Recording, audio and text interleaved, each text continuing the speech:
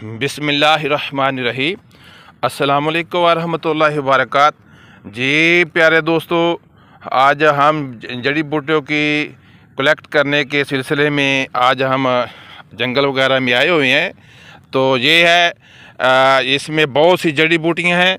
तो आज आपको कुछ चंद जड़ी बूटियां जो है उनकी शनाख्त कराते हैं। अक्सर दोस्त जो हैं इसके ऊपर बहस मुबासा भी करते हैं और जो नए तालिब इल्म हैं उनको जड़ी बूटियों की शनाख्त नहीं होती। तो हिकमत सीखने के लिए, तबीब बनने के लिए मुफ़रत जो होती हैं चीज़ें, जो जड़ी बूटी हैं, उनकी शनाख्त का होना बड़ा ही ज़रूरी है।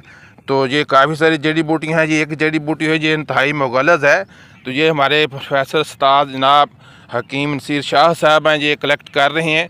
तो ये एक उस्ताद जी बूटी है, ये मुग़ल्लज़ है। ज़रा खुद ही आप इसके मुतालिक लोग शनाख्त भी कराएं और इसके चंद एक फ़वाइद भी जो हैं दोस्तों को बताएं। जी अस्सलाम वालेकुम मोहतरम, आज हम इसी बूटियों के सिलसिले में आए थे। मुझे बाबूना की ज़रूरत थी तो हकीम साहब के साथ है। तो यहाँ जब बाबूना कलेक्ट किया तो इसमें हमें और भी बहुत सारी ऐसी बूटियाँ मिली हैं, जैसे ज़ख्म हयात है, बुकन है, मक्खन बूटी है, बीज बंद है, पोली है और इसके अलावा जो है ना दरमना तरकी है। और इसके साथ साथ जो है ना सरफूका के भी पौधे आजकल उग रहे हैं। और उसके साथ जो है ये ज़ख्म हयात के पौधे भी यहाँ काफ़ी हैं। उम्मीद करता हूँ कि अगली वीडियो शायद आपको देंगे इंशाल्लाह। बाकी आजकल एक चीज़ जो है ना वो पक करके तैयार हो करके ख़त्म होने जा रही है, जिसको हम समुंदर सोख कहते हैं।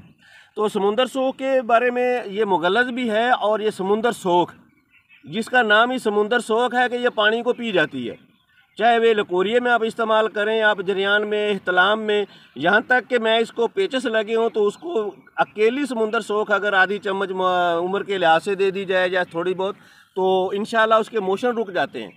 बड़े बड़े तरीके से उसको पेट दर्द भी नहीं होता है। इसके अलावा इसके और बहुत सारे फ़वाइद हैं।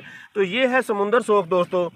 अभी आजकल ये पक कर के तैयार हो रही है। ये इसका पौधा होता है और इसकी जो लकड़ी होती है, बेसिकली ये लकड़ी जो होती है ये 4 पहलू होती है, गोल नहीं होती।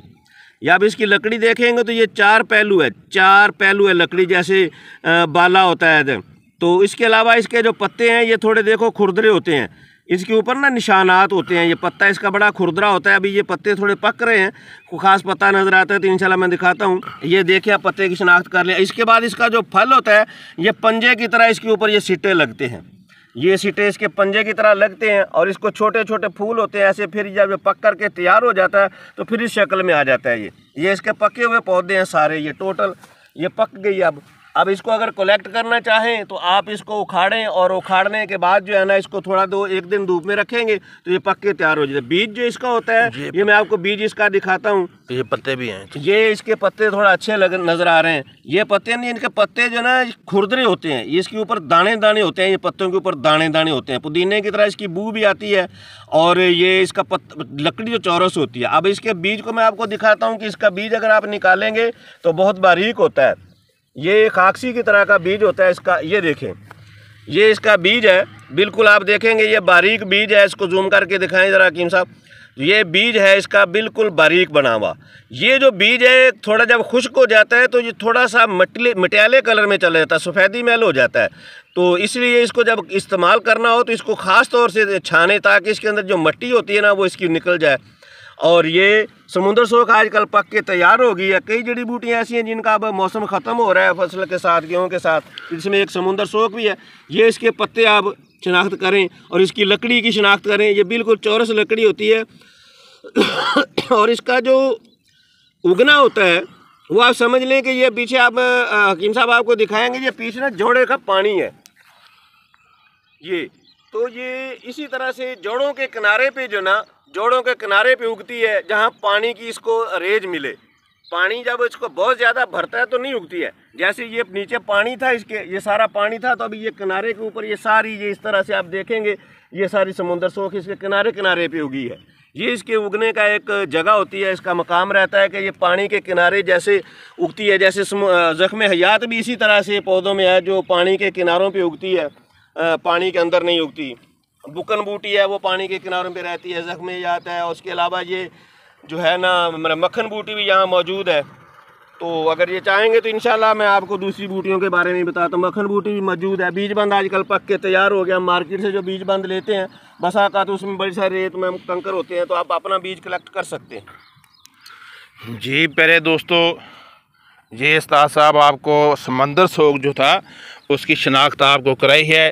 तो इसमें चंद एक बातें मैं मज़ीद दोहरा देता हूँ। ये इसकी जो बताई है उस्ताद साहब ने कि ये इसकी जो लकड़ी होती है, तना जो होता है वो चपट्टा होता है, यानी कि वो जिस तरह बाला टाइप होता है ना उस तरह होता है। ये देखें तो जो के साथ देख लें, चौरस होता है, 4 कोने होते हैं उसके, 1 2 3 और 4 बाले की तरह।